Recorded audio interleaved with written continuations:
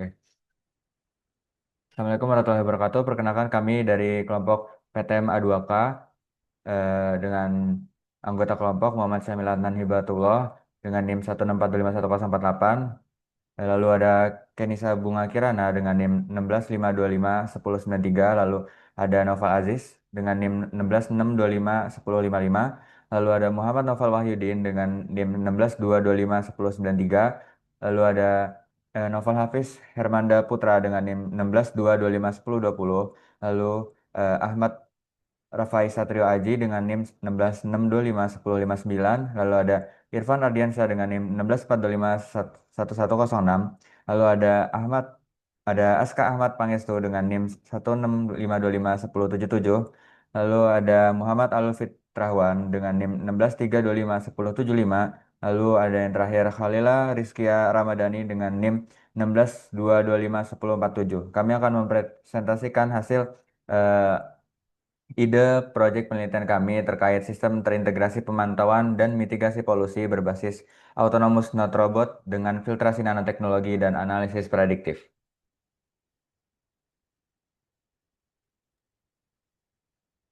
Pertama adalah latar belakang krisis polusi udara perkotaan. Yang pertama ada emisi industri, aktivitas pabrik dan pembangkit listrik yang melepaskan gas berbahaya secara rutin. Yang kedua ada volume kendaraan, meningkatnya emisi karbon dari transportasi yang terjebak dalam kemacetan statis. Lalu ada monitoring statis. Sensor saat ini tidak bergerak, sehingga sulit mendeteksi hotspot polusi secara dinamis. Lalu ada data kematian. Ada 6,7 juta beban penyakit kematian pada tahun 2019 akibat paparan polusi udara, ambien, dan rumah tangga. Lalu ada tingkat paparan lingkungan, 99% paparan lingkungan sekitar.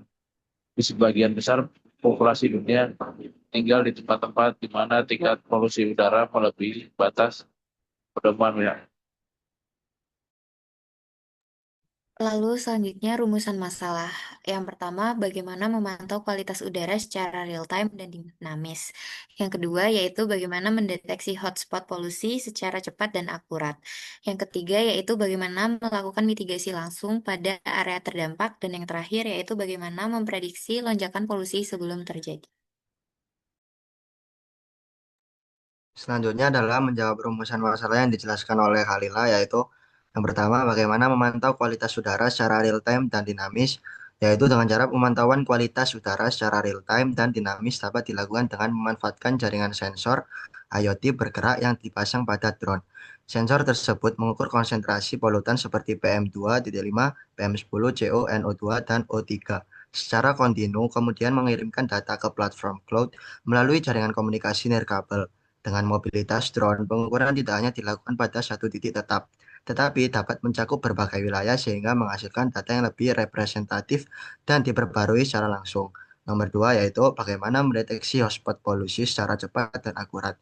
Yaitu deteksi hotspot polusi dapat dilakukan melalui integrasi data sensor dengan sistem pemetaan spasial berbasis GPS. Data kualitas udara yang dikumpulkan drone dianalisis secara real time untuk mengidentifikasi lokasi dengan konsentrasi polutan tertinggi. Penggunaan algoritma analitik dan visualisasi peta digital memungkinkan hotspot polusi dikenali secara cepat, sehingga area yang membutuhkan penanganan dapat diketahui dengan akurat. Melanjutkan rumusan masalah yang sudah disampaikan sebelumnya, di sini ada poin 3 yaitu bagaimana melakukan mitigasi langsung pada area terdampak.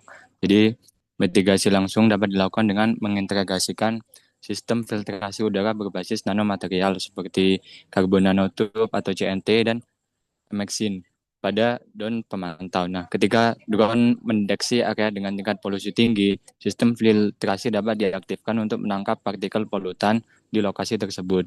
Dengan demikian, perangkat tidak hanya berfungsi sebagai alat monitoring, tapi juga sebagai sarana mitigasi aktif yang mampu mengurangi konsentrasi polutan secara langsung. Kemudian untuk poin keempat ada bagaimana memprediksi lonjakan polusi sebelum terjadi. Nah, untuk prediksi lonjakan polusi dapat dilakukan dengan menerapkan algoritma machine learning atau deep learning seperti long short term memory atau LSTM, random forest, atau gradient boosting. Model ini memanfaatkan data historis kualitas udara, kondisi meteorologi, serta pola aktivitas manusia untuk memprediksi perubahan konsentrasi polutan di masa mendatang. Hasil prediksi tadi dapat digunakan sebagai sistem peringatan dini, sehingga langkah mitigasi dapat dilakukan sebelum tingkat polusi mencapai kondisi yang berbahaya. Sensor polusi udara menggunakan sensor elektrokimia untuk mendeteksi gas pencemar seperti CO, NO, SO2, dan O3. Sensor kualitas udara menjadi lapisan pertama dalam sistem pemantauan lingkungan cerdas. Sensor elektrokimia digunakan untuk mendeteksi gas pencemar seperti CO, NO2, SO2, dan O3.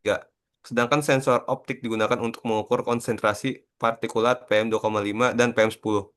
Dalam sistem ini, teknik elektor berperan dalam pemilihan, kalibrasi, dan integrasi sensor ke dalam node robot. Data yang diperoleh kemudian diproses oleh microcontroller sebelum dikirim melalui jaringan IoT ke pusat pengolahan data.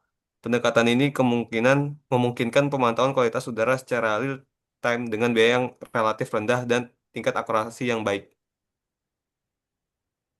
Selanjutnya dari teknik robotika dan kecerdasan buatan. Di sini kami itu membuat net robot yang dirancang untuk ditempatkan secara permanen pada lokasi-lokasi strategis perkotaan dan beroperasi secara otonom tanpa pergerakan fisik. Desain stasioner dipilih untuk mengoptimalkan kendala operasional jangka panjang, meminimalkan kebutuhan pemeliharaan, serta menjamin konsistensi pengambilan data pada titik pemantauan yang tetap. Konsep ini terinspirasi dari penelitian Al-Ogbi et al. 2024 yang mengembangkan portable sensor node untuk aplikasi berbasis robot, di mana node sensor dirancang untuk integrasi dengan sistem robotik dan mampu melakukan akuisisi serta pemrosesan data secara mandiri. Oke, baik. Untuk dilanjut dengan saya, Naufal, untuk membahas filtrasi udara yang menggunakan nanomaterial. Di mana nantinya filtrasi akan menggunakan teknologi modern yang memanfaatkan material berukuran nano. Di mana dengan ukuran nano tersebut, maka luas penampangnya akan menjadi besar, sehingga bakteri polutan yang akan masuk jadi banyak, tingkat efeknya tinggi. Dan nanomaterial yang kita gunakan yaitu pada menggunakan nanoserat atau nanokarbon nanotup atau grafin yang memiliki luas permukaannya sangat besar, sehingga meningkatkan kemampuan absorpsi dan penyerangan dibandingkan filter konvensional. Di mana selain yang ukurannya kecil, material nano ini memungkinkan partikel ultra halus seperti PM2.5 di mana bertahan tanpa menghambat aliran udara secara signifikan.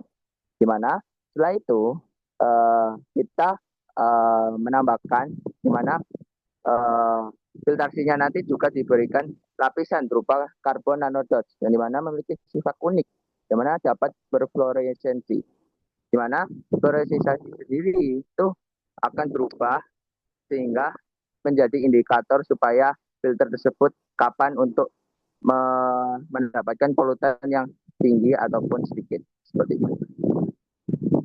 Oke, baik. Di sini saya akan menjelaskan implementasi dari program studi teknologi sains data, yaitu analisis prediktif perkembangan polusi. Jadi, sistem analisis prediktif polusi udara diimplementasikan dengan menggunakan data dari sensor tetap, sensor mobile, data meteorologi, satelit, dan informasi demografis. Data tersebut kemudian diproses menggunakan model machine learning dan deep learning, khususnya LSTM, untuk mempelajari pola perubahan kualitas udara dari waktu ke waktu. Hasil prediksi digunakan untuk memperkirakan tingkat polusi di masa depan dan ditampilkan melalui dashboard cloud dalam bentuk grafik, peta risiko, serta informasi kualitas udara.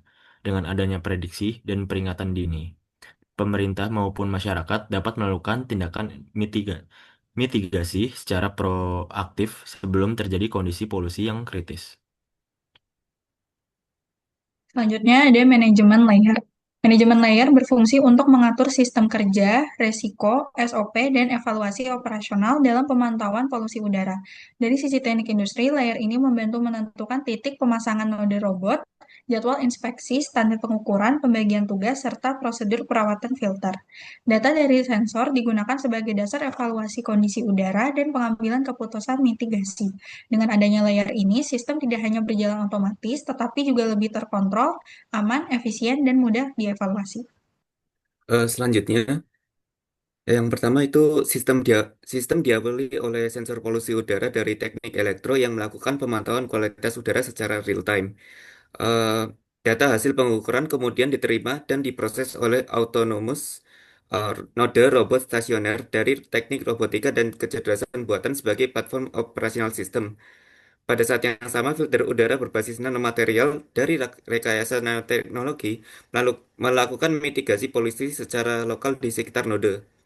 Data lingkungan yang terkumpul selanjutnya dianalisis menggunakan analisis prediktif perkembangan polusi dari teknologi sains data untuk menghasilkan prediksi kualitas udara dan peringatan dini.